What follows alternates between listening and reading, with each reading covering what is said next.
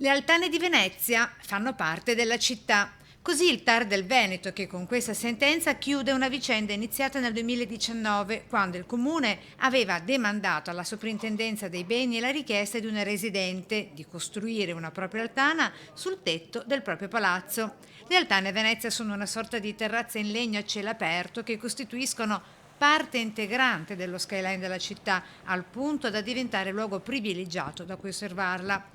Le peculiarità di Venezia, infatti, oltre ai suoi corsi d'acqua e ai suoi ponti, sono anche queste stesse altane. Ebbene, il Tribunale amministrativo del Veneto ha accolto il ricorso di questa veneziana che si era vista bocciare la richiesta di autorizzazione paesaggistica per l'installazione di queste altane in legno e la realizzazione di un abbaino di accesso sul tetto del palazzo dove abita, non distante dalla salute.